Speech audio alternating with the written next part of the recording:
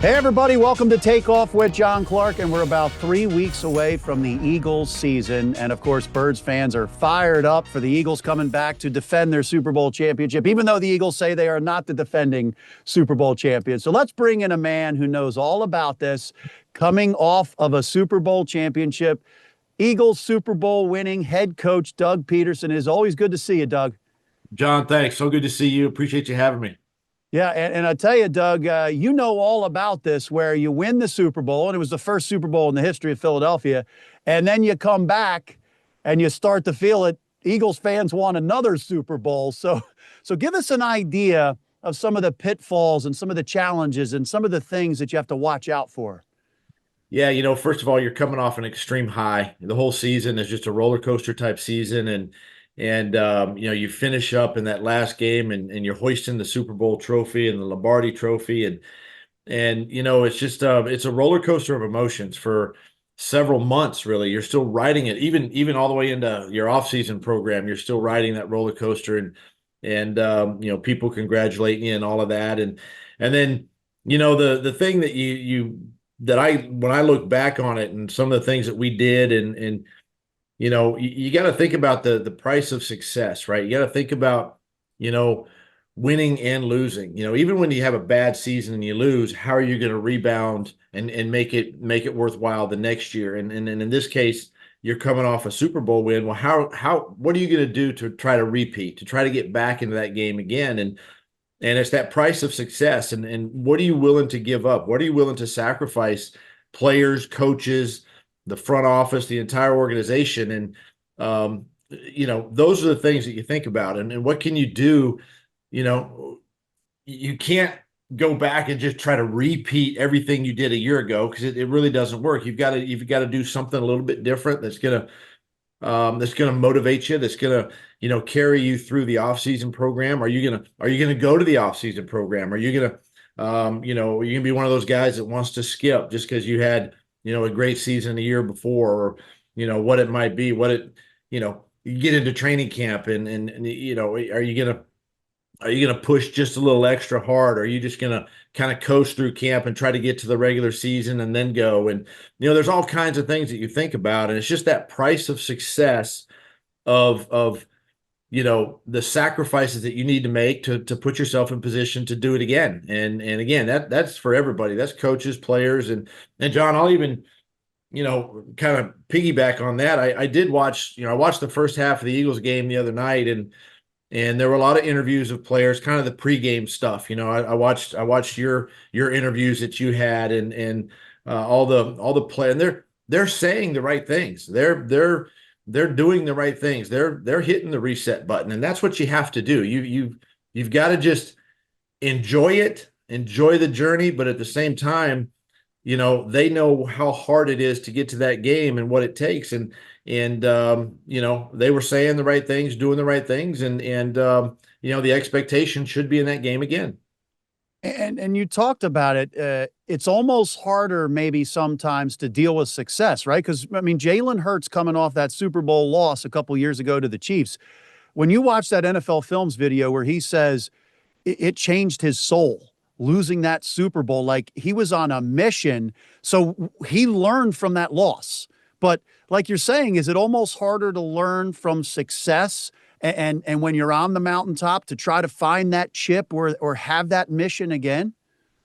It is harder, because you are on the top of the mountain. You've just won the biggest game, of your career, of your life. And you've put yourself in that position, and it's hard to find, it's hard to find that edge again. And, Jalen saying that and coming off that loss. I mean, I can remember back when in Green Bay, when, obviously we came off a Super Bowl win when I was a player, and then we went back the second year. We made it back to the Super Bowl the second year, but we lost that game. And I think about that loss a lot more than I think about that win. And what did we do as a football team to not win that game at the end of the season? And to me, that's the motivation at that point. And I think to every man, again, to every coach, front office in the organization, it's what are you willing to give up? What are you willing to sacrifice? What are you willing to pull your teammates through to get themselves back to that game. And this too, John. I mean, the season's long. You don't win the Super Bowl in September, October. You want to be playing your best ball at the end of the year. And a lot of times too, that's what the Eagles have done. They've always played their best football late in the year. It was evident last year, obviously, and they rolled through the postseason and had a tremendous game against the Chiefs. But what can they take away? That's the question now, is what can they take away, and what's going to motivate them individually going into this season. And you've had conversations with Nick Sirianni. Of course, you spoke after he took over as head coach, and you've helped him through some stuff or given him some advice. Have you talked to him at all about this kind of coming off the Super Bowl high? Nick and I have talked. I try to stay away from the football talk just a little bit, but I'm so happy for him and his family and the coaching staff there, and what they've been through, and for him to come off this high as well. I think he's the type of coach that has that. We all know he can get fiery and all that, and we understand that, but I think he's also got the mentality too to kind of keep everything sort of on that even playing field. And the conversations that he and I have had, over the years, really haven't been a ton about football, but I can just tell, just talking to him, that he's focused. He's leader of that team, and the guys are going to follow whatever he says. It's kind of funny. I was talking to Dallas Goedert, and he and the other veterans on the Eagles were able to get on a Zoom with Peyton Manning, and they were picking his brain about trying to repeat as a Super Bowl champ. And one of the things Peyton told them is he kind of had to make up stuff, kind of like the Michael Jordan Last Dance. He was kind of making up stuff of motivation and putting quotes in some of his teammates' lockers, like somebody said this about you and you suck at this or you can't do this. Did you find any motivational tools to get that chip back? Some of the things that I did, I reached out to Mike Holmgren after we won our Super Bowl there, Super Bowl 52, and in Philly. I reached out to Mike Holmgren the next year, because he was my head coach when we went back to back in Green Bay, and like I said, we lost that second game, but I just wanted to pick his brain, and some, even like Coach Vermeil, legendary coaches that have kind of been there, and have won championships, that what did they do the next year? How did they lead their football team? And quite honestly, both gentlemen were basically the same. They were like, you got to push even harder. You've got to demand even more. If you got to be the, sort of that a-hole, on your team, you need to be that guy. And that was kind of what they were saying to me that year, is like, find that niche. I mean, don't change who you are, but at the same time, you've got to continue to push and really push your guys harder, and really make them understand that, hey, this is not, yeah, what we did last year is great, but it's over with, and it's a new season. There's new circumstances. We got new faces on this football team, and you got to find ways to challenge them. And of course, you won the first Super Bowl in the history of Philadelphia. So I don't think there will ever be a bigger, I like that, beautiful Super Bowl 52 champions there. What an amazing moment that was in the parade. And there will never be a bigger win in the history of Philadelphia sports because of how long families and people waited to get that first Super Bowl. So I want to ask you, when you won that first Super Bowl and then you're going in, and did you feel pressure? Like, once you got that Super Bowl, did you feel pressure from fans or the city that, all right, we're now up here in the upper echelon of the NFL, let's get number two? Or was there kind of like, okay, we can relax a tiny bit because we got the first Super Bowl in the history of Philadelphia? For me, it was the first. It was the pressure to perform. It was the the pressure to do better. And you put pressure on yourself, and the key though is you don't want to put so much pressure on your football team. You want to be demand, and you want to be hard and all that kind of stuff, but you never want to put that added pressure. The game's hard enough to play, and to win a game in the National Football League is hard, but you still, again, feel that pressure of wanting to do better. And that was kind of my mindset, that second year. And we had some success that year. I believe we made it all the way to the divisional round that year, and had a chance to beat New Orleans down in New Orleans, and then make our way back, I think, out to LA potentially for the NFC Championship game. So we were close that second year, but we just fell a little bit short, some injuries and different things like that. But it was more, to me, I think you can enjoy it a little more in the springtime, when things are a little bit lighter. But once training camp rolls around, that pressure to win, that pressure to perform and coach and all of that really, really ramps up. And that's kind of how I wanted the guys to see from me that was the direction in which we were going. I don't know if you watched the Billy Joel documentary, but it was fascinating when he got his first hit. And it's like, okay, the record company was like, all right, this is awesome. You have a great hit. And he's like, all right, I've kind of arrived. But then he gets the call from the record company. We need another hit. We want your second hit. Did you, is that like kind of the mindset of a champion where, like Howie Roseman says, it's addicting, it's intoxicating when you win a Super Bowl, and we want another one, but we're addicted to it. Do you kind of get caught in that? Like you hear people say, can this team be a dynasty? Like, You do, John. I mean, yeah. yeah, you do. You do. I think back to my two Super Bowls as a player in Green Bay, and then ultimately winning one as a coach in Philly. But when you get to that game and you feel the emotion of that game, and you walk away either the Super Bowl champion or the second place champion.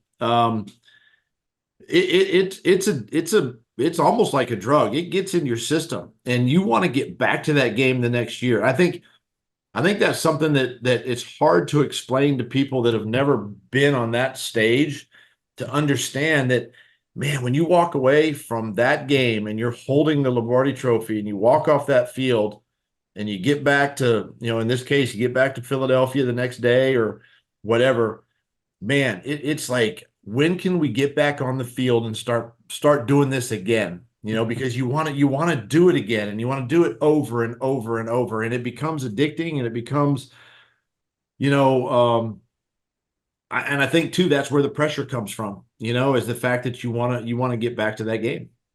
Yeah, and Jeffrey Lurie's always talked about being obsessed, and he would hire people who are obsessed. So you've seen now, when you guys were defending Super Bowl champs, even though Jordan Mailata like screamed at us in the summertime, we're not defending Super Bowl champs, and Nick Sirianni basically told him, this is not like a boxing belt. Nobody's coming, like they can't take it away. It's done.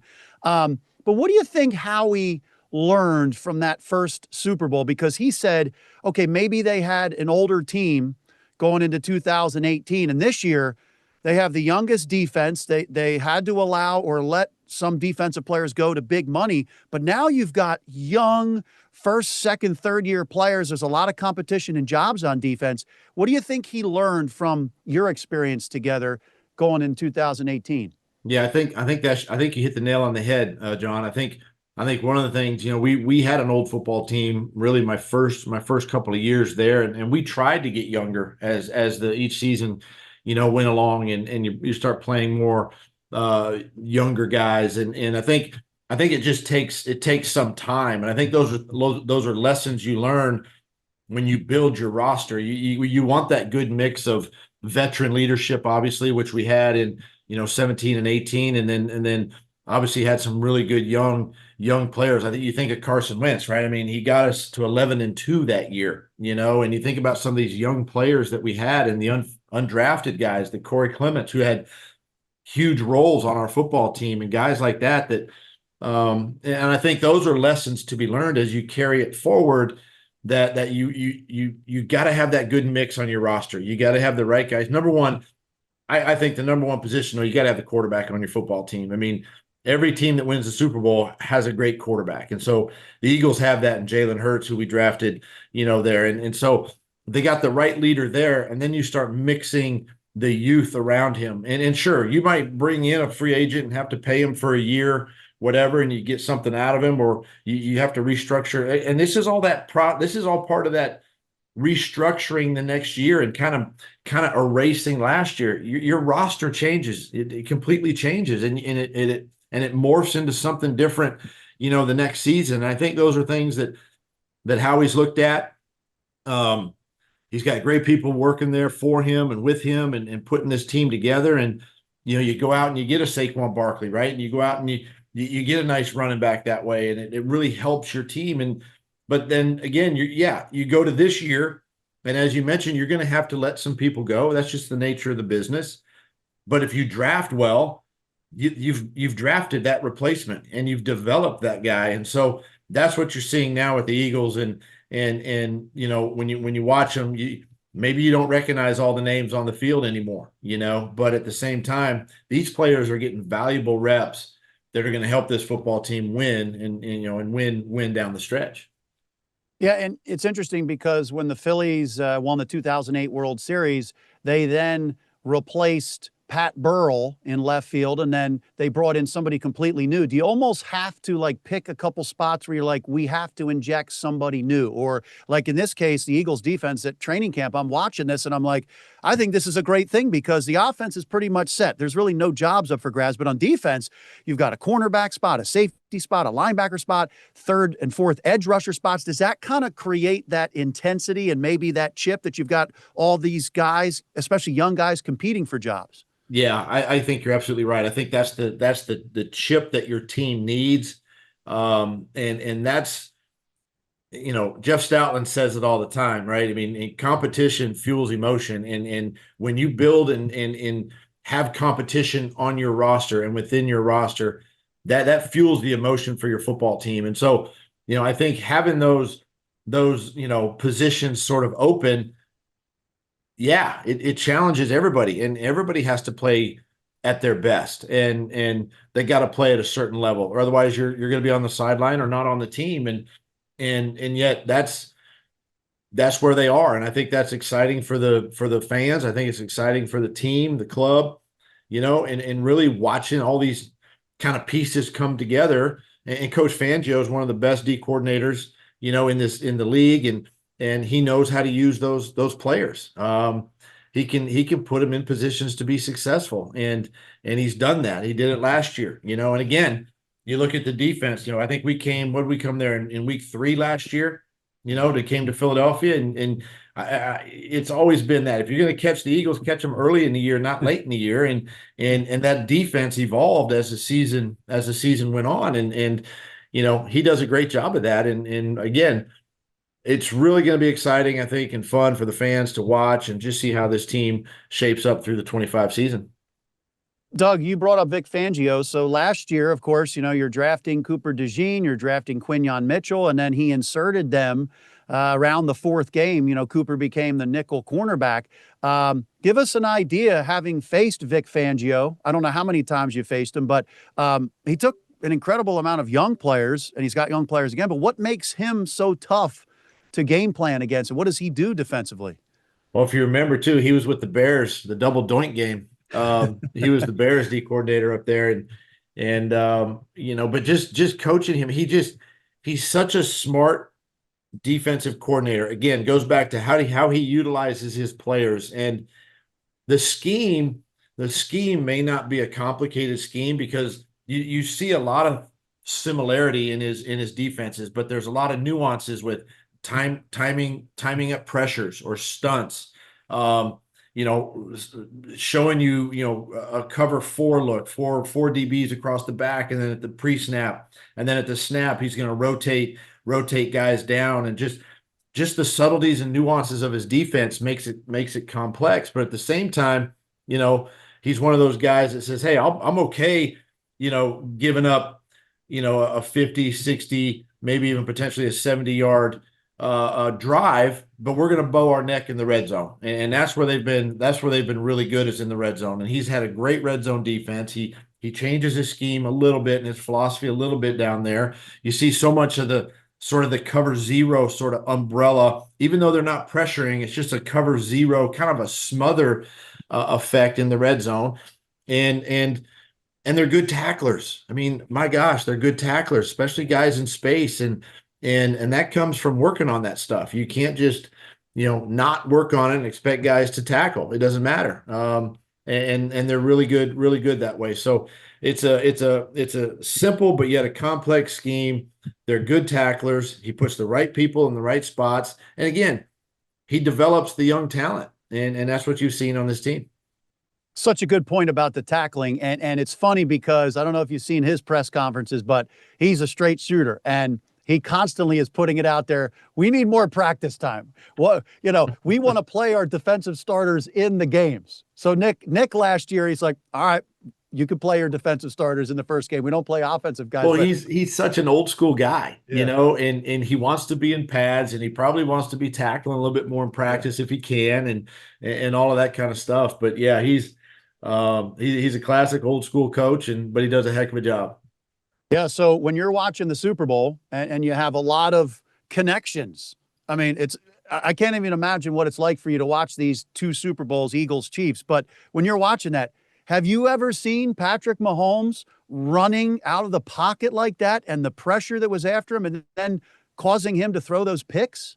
Yeah, I was really surprised. I thought that, the game obviously would be a little bit closer, much like the first game when it came down to the fourth quarter, whoever had the ball last. I really thought it was going to be a very similar game that way. But I tell you what, I put credit on the Eagles defense. I mean, they did an outstanding job. And really it was the front four guys. It was those guys that were really creating some pressure and some push, which I think a lot of people thought wasn't going to happen just because, and again, Mahomes does a great job of getting the ball out of his hand extremely fast, and it's hard to get to him. But, anytime you can make those guys run around and do things that they're not comfortable doing, you're going to have a lot of success. And again, not only the front four, but again, the whole defense, because the back end did a great job of just covering down. Nothing got over the top.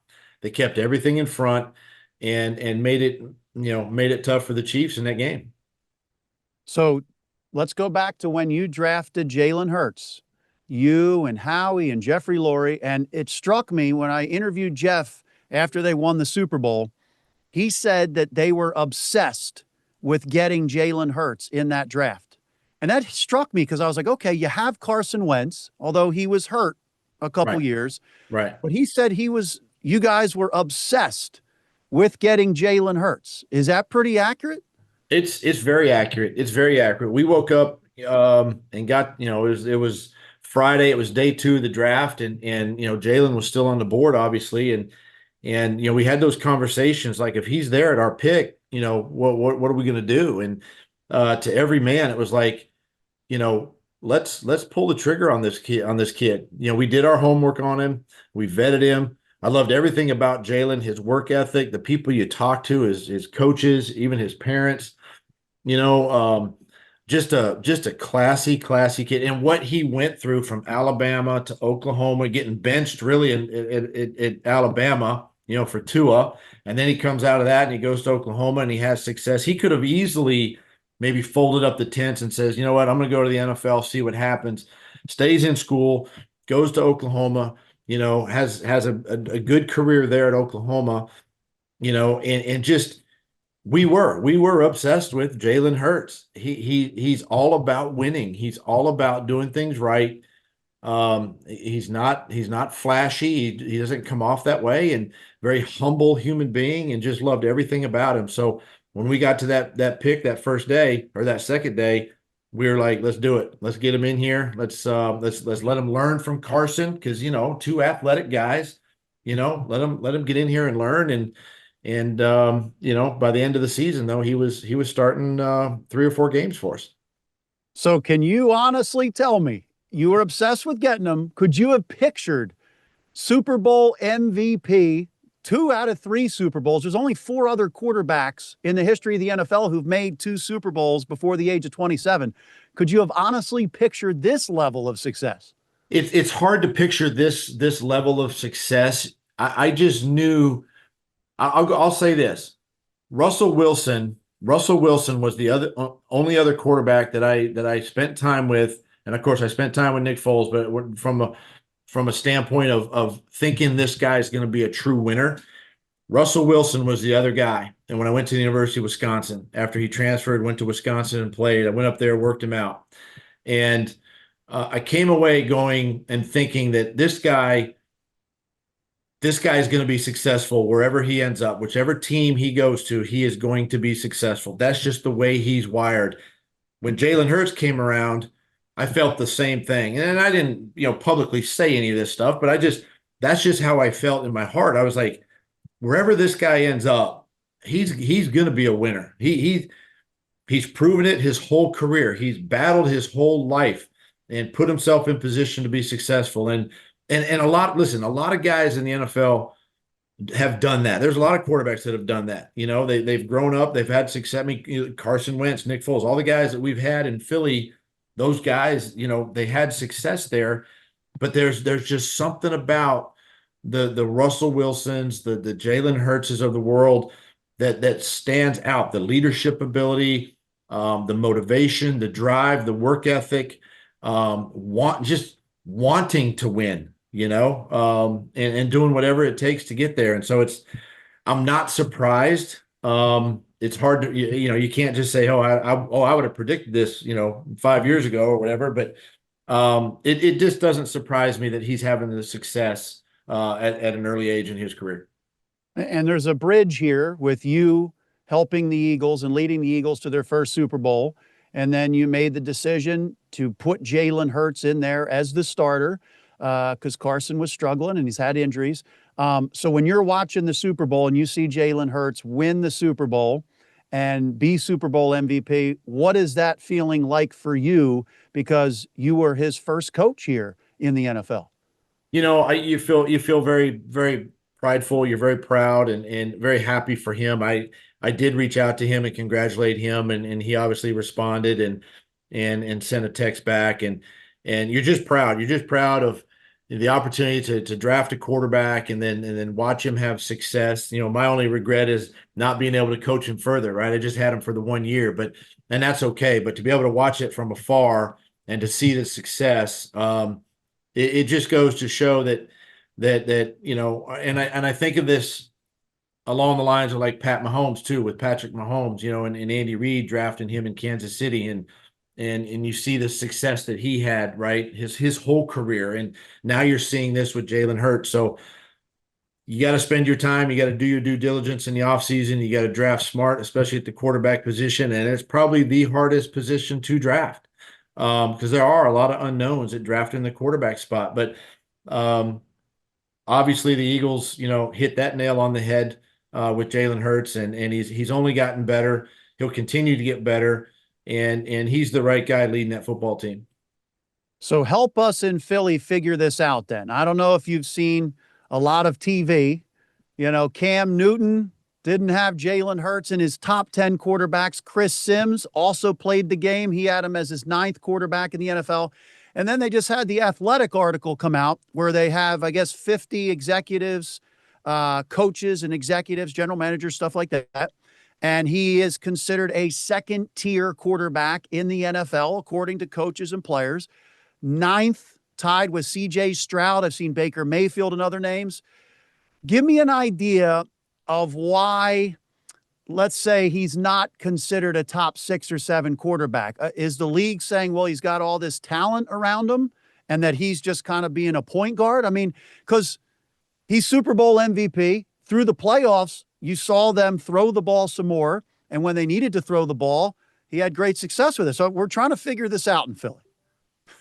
And you're probably still going to be scratching your head, but I will say this with Jalen. I think one of the things, even when we drafted him, I think the passing game was something that he was going to have to continue to grow and learn. And, a lot of these quarterbacks too today that are athletic and big and strong like he is, it's a lot of the RPO stuff, right? It's a lot of the run pass option stuff and quarterback reads and run reads and all this kind of stuff. And then being able to take that and utilize what they can with the play action pass and some of the bootlegs and things, the movement game to get him out of the pocket where he's very successful in doing. And then you learn the drop back pass along the way, right?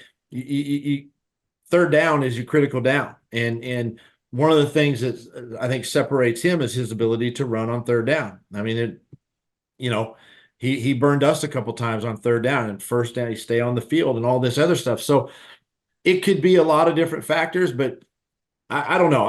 He's of the quarterbacks in the National Football League right now, he's would have to be at least in the top 5. of all the guys that are still there. And his athleticism, his leadership ability, he's gotten so much better throwing the football. He throws a tremendous deep ball.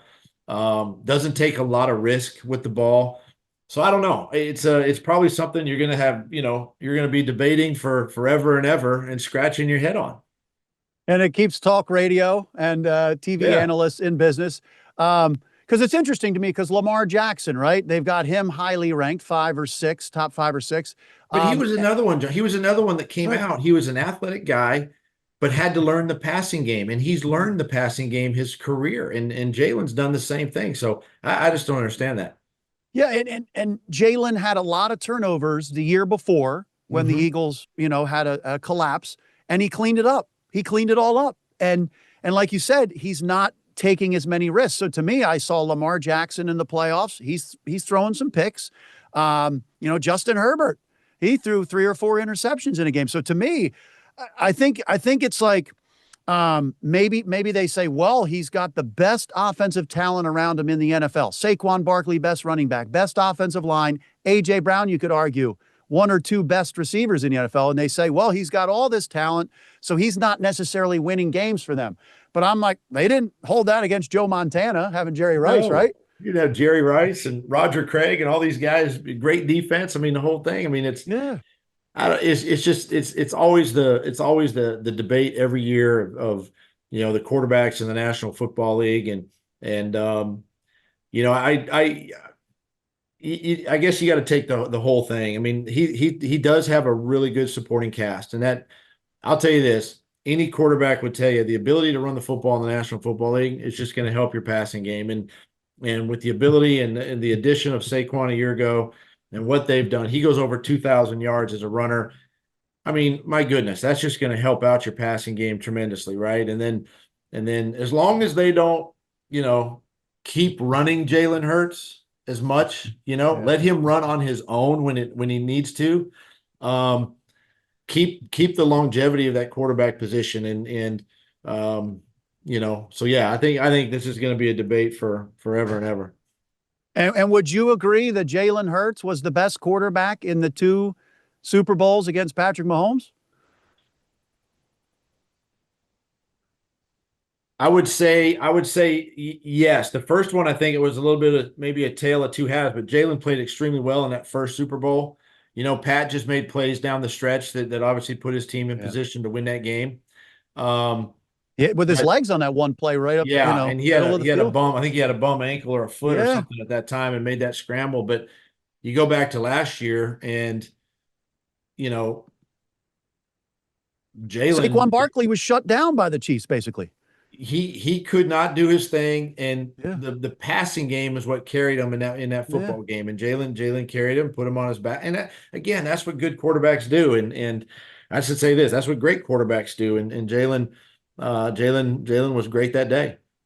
Well, I'll tell you what, there's a lot of people in Philly, including Jordan Mailata and some of his teammates, who like that the public or analysts keep doubting him because, and from drafting Jalen and being with him, he is fueled by all that. That's his chip. That's his chip. Just like we were talking about earlier. That's his chip. That's his motivation. He wins a Super Bowl and it's not good enough, right? Right. So that's his motivation. And don't don't bet against Jalen Hurts. That's all I'm going to say. Don't bet against Jalen Hurts because he's going to find a way to beat you. And he's got that Michael Jordan in him because he's with Jordan's brand. They were hanging out a couple times over the summer. So he's got that kind of, last dance we saw where Jordan would make up stuff and the motivation and having that mission. I do want to ask you, because it's a popular question. Jason Kelsey was asked, who had the more talented Super Bowl team? Your Super Bowl team or this past Eagles Super Bowl team? Now, Jason Kelsey, I believe, told Reed Blankenship and Cooper DeJean, he said, you guys may have had the more talented Super Bowl team, but we would have kicked your ass. We would have beat you up. And so maybe there's a toughness that he's talking about there, but Yeah. what do you think is the I more was talented I team? would probably have to agree with him. I think last year's Eagles team probably had a lot more talent. Probably had a lot more talent. You know, Super Bowl team, if you remember, John, back when we won, especially after when Carson went down, everybody went No Yep. more. The Eagles are done. They're the worst first seed in NFL history. The whole thing, this, that, and the other. What I appreciate about that team back then was, I think, the heart and soul of that team. There was a mental toughness that year with those guys that they were not going to be denied. And I think if you fast forward this year, or I should say this past year with the Eagles team, they had so much talent and they were superior than everybody else that I don't want to say it looked easy, because it's not, but that's what it appeared to be, right? In a lot of games, it looked easy for them. But again, don't mistake me. It's not easy. Um, but I would say, yeah, I would say that they definitely would have more talent on that team. We were an older football team, with the guys that we had. But the heart and soul was there, and the toughness was there, mental and physical. And that's probably the differences between the two. And still to this day, you're the only team to win a Super Bowl after losing your starting quarterback and your starting left tackle. So an incredible accomplishment, and still amazing to see that stretch of NFC title game and Super Bowl from Nick Foles. By the way, in this same poll, Jalen Hurts is the lowest ranked Super Bowl MVP in the NFL since Nick Foles by the 50 coaches or executives. So, hey, maybe it's a Philly thing. Maybe it is. Maybe they're just throwing some shade on Philly. I don't know. Because you can attest to this. Because let's face it, Jalen Hurts, when he came in, he was a backup quarterback. Nick Foles was a backup quarterback.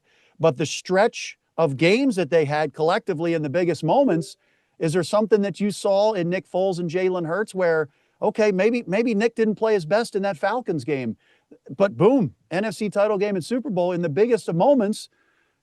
That's one of the best 2-game stretches ever, NFC title game or AFC title game and Super Bowl. Yeah, I agree with you. There was a time there when Nick took over and started. He played well against the Giants that next week. I think he threw 3 touchdown passes up in New York. We played the Raiders on Christmas Day that night, Monday night game, if you remember that, and we struggled offensively. I went ahead and started him against the Cowboys the next week, even though we rested a lot of guys. We were the 1 seed, we had the bye, we had all that locked up. I started him just so that he could play, a couple of series in that game and still get game action. And we kind of struggled there. We lost 6-0 to the Cowboys that last game of the year. And I don't know if you listened to talk radio at all. There was actually some people calling, because I think Nate Sudfeld was 23 of 25. There were some people saying maybe they should go with Nate Sudfeld in the playoffs. I know. And then we had no disrespect to Nate, but like, hey, Yeah. And then we had the bye, and then we come back and we play the Falcons, right, in the divisional round. And if you remember, the weather that night in Philly was brutal. It was blowing sideways. And Nick had a pretty decent game. We ended up winning that game. It was a close game. In fact, it came down to the wire, right?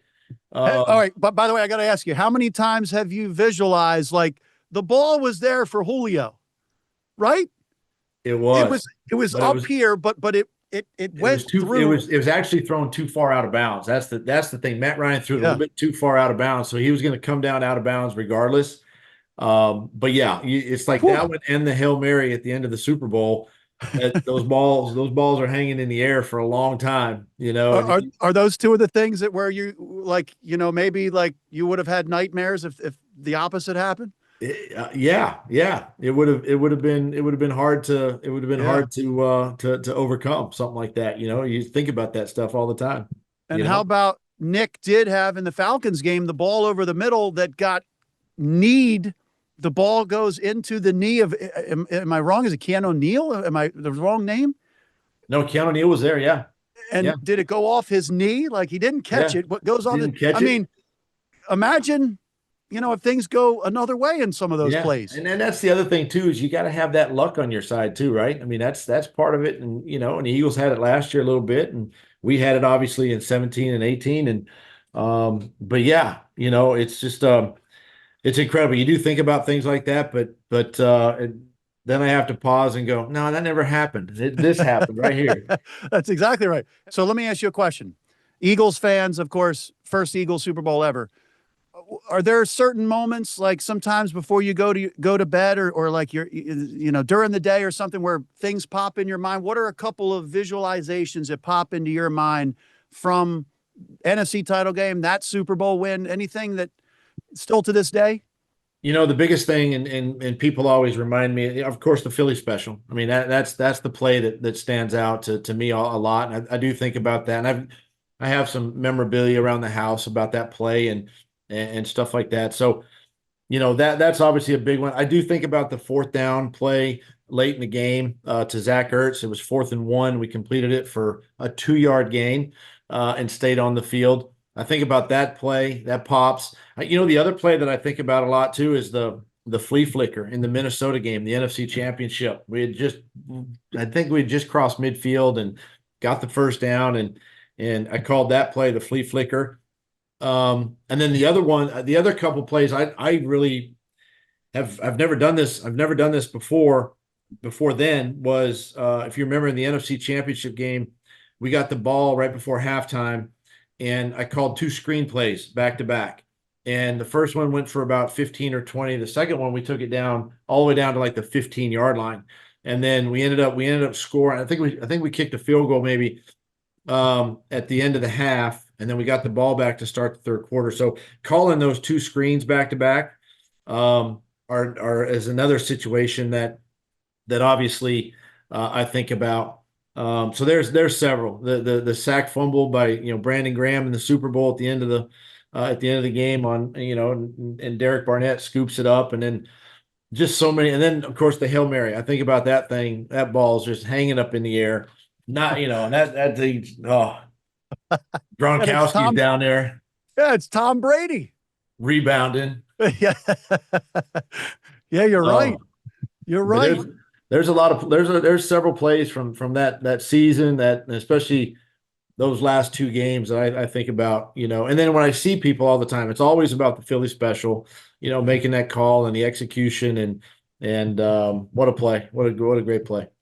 So when people see you out, do they just go by and say, "You want Philly, Philly," or do they say Philly, Philly, or something like that? It's a little bit of everything. It's a little bit of everything. Some people, if I pass them, and they'll just yell out Philly, Philly, and I look back because you can see them watching you, right, the whole thing, or you pass them and they say, "Hey, coach," whatever it is, and yeah. But yeah, it's pretty special to be kind of connected to that play. And I'll tell you, it honestly, it's remarkable when you actually think back to it, because like you said, or like we were talking about, first team ever to win a Super Bowl, backup quarterback, backup left tackle. And then I think it's the only time a team has ever had over 600 yards of offense and lost. The Patriots, I believe that's the stat. Like they were like 42-0-1 or something in NFL history or something. I mean, he passed for over 500 yards. Over 500 yards. Yeah. And Nick Foles and you against Brady, Belichick, you guys were what, 6-7 point underdogs or something? Yeah, going into that game. Remarkable. Yeah. Just but you know what, John, that's the way our team was that year. They didn't care about the stats. They didn't care about who was favored. They just wanted to go play football. And it was just, I think that was the joy for me, was just watching our guys and watching our team just go out, have fun with one another. They enjoyed each other. They loved each other. And much like what you saw this past year with this team, they're high-fiving, they're supporting each other, and not saying everything's perfect, because it's not, but at the same time, that's one of the things that really I think I take away from that team, was just watching them and how they didn't buy into all the media attention that was around them. They just wanted to go play and do their jobs. And you probably aren't going to disagree, but I mean the argument could be made. The Philly special is the gutsiest call in Super Bowl history. Was your heart racing after you sent that play in? You know what? I was holding my breath just a little bit on that play. That was career suicide, I think, if that one didn't work. But I love the reaction of the guys, like when they started to hear like what could possibly be coming. Like some of the guys that were not on the field. On the sideline when I finally broke the silence and what the play was, and LeGarrette Blount was the first one. He was right over my shoulder. and he was going crazy when he heard that I had called that play, and then you could just hear the buzz around the sideline and on the headsets and everything, and it's like it was pretty special. That's amazing. Is that kind of a thing where even 20 years from now, you and Nick Foles, because it's that I think it's an incredible, well, it's of course a statue of you and Nick Foles, but also just I think it's a great um, it's a great picture of like teacher student, but also you're in it together. You're not commanding somebody. You've given him ownership with you, and it's Yeah. a great thing in sports where he has the belief, you have the belief, and it's just such a cool moment in Phil. Might be the greatest moment in Philadelphia sports history, right? I hope so. I hope so. It's gonna be hard to beat that one. But again, that's just the way our team was. They enjoyed those moments. We went forward a lot on fourth down. We 2-point conversions that year. We did a lot of things out of the box, and that was one of them, obviously. And the confidence that the players had, and it wasn't so much that I had it, but the players had it, that they were going to execute that play on the biggest stage, fourth and goal, and execute it to perfection. I mean, that's all on the players. Great job And by them. and out of how many times you walked through it or you practiced it, how many times did it not work out of the I total tell you, times? we put it in for the NFC Championship game is when we first put it in, and the first probably 4 or 5 times we called it in practice. It looked I was that close to throwing it out, like throwing it out, and we kept working it, and we kept it in for the game. Fortunately, we didn't have to use it against Minnesota, and we kept it in for the Super Bowl. But it was a play that did not look pretty the first couple times we did it. That's for sure. It's amazing. Amazing. That is amazing. It's really cool to think of these memories, and Philadelphia Eagles fans are going to be happy with that. I want to ask you one other question before I let you go. When the Super Bowl banner is unveiled, the second one coming up here in 3 weeks against the Dallas Cowboys, fitting. Fitting. The NFL knew to schedule that. Yeah. Give us an idea of what that was like for you, because you've got a game to worry about. You're on prime time against the Falcons, starting off the NFL season. What's that moment like for you and the players? Because it's going to happen again here for these guys. But what was that like for you? Yeah, I mean, obviously you want to coach your team up and let them know that that's going to happen, and they know it's going to happen. But still, you got a ball game to play, and it's the kickoff to the new season, and you do get emotional when you see that banner come down and it's in the stadium and all the stadium's packed, and especially in Philly, and they're just loving it, and it's a night game, and the cheers and the roar, but I'll tell you this. The first mistake you make in that game, you're going to hear about it too. The Boo Birds are going to be out. So get ready for that one too. But it's a special moment. It's a special time. But you got to keep it in perspective and just know that you got a game to play. That's right. I remember Malcolm Jenkins saying, we were getting booed at halftime after we won the Super Bowl, first half back at the link. Hey, it doesn't take long. Does not take long. That's for sure. And is that kind of the thing that keeps you on your toes too? Oh, of course, of course. And it's having lived it and play, as a player, I played there and obviously coached there, but it's the expectation of it. But listen, it's the pride of the fans. I mean, the expectation of the fans, and listen, it's the expectation of the team is no different. I mean, we want to win every game and obviously win the Super Bowl. So, when things don't go right, I mean, obviously you're gonna hear about it, and work yourself. It's that chip. It's that little chip that you need, and that little motivation you need to keep you going. Yeah, it's funny. Max Kepler, one of the Phillies players, he's really been struggling this year, and he's been trying to get through everything. And he basically described it the other night. The booing from the Philly fans is their love language. Exactly. Just I thought that was pretty good. Yeah, if he thinks of it that way, he's good. He's good.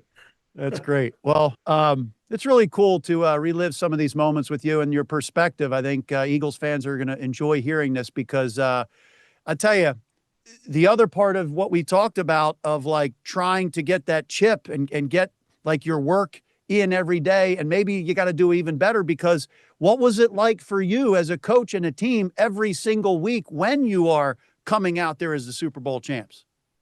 I mean, that's the thing, because you get introduced that way, you live it that way, and that's the again, that's the expectation of the community, of the fans, but that's also our expectation. Our expectation, again, as a football team, is to get back into that game, but you got to keep it in perspective too. It's one game at a time. It's a long season, and it starts with week 1, and then you just go to week 2 and week 3, and just take care of the things that you can take care of, and take care of each other. But again, don't ever lose sight of what that goal is and what that expectation is. And you'll see, you're going to look up at the end of the year, and you're either going to have no regrets because you've done everything you could, or you're going to have a few regrets saying, boy, I wish I would have done this or that. And that's what you don't want. Yeah, and did you see every team on the schedule? And you're in prime time a lot when you're coming up winning a Super Bowl. Did you see every team like you saw, wow, they've got extra juice every single game? Because every week, it's like that big target on your back, and that big bullseye. You're the Super Bowl champs, and everybody wants to be a Super Bowl champ. And whether I was taking my teams into Kansas City or wherever it was to go play the world champions. You want to beat them, and this is your measuring stick, right? And if you're in the AFC, it's to me, it's the Chiefs. You got to beat the Chiefs, and they're the team. So, and right now in the NFC, it's the Eagles. So, those are your benchmarks, and they're gonna get everybody's best each week. You got it. Well, Doug, it was great to relive some of these memories, and great insight and perspective from you who lived this. So we appreciate, and it's great to see you again. Hey, it's good to see you, John. Yeah, appreciate it. Thanks for having me today. It was fun.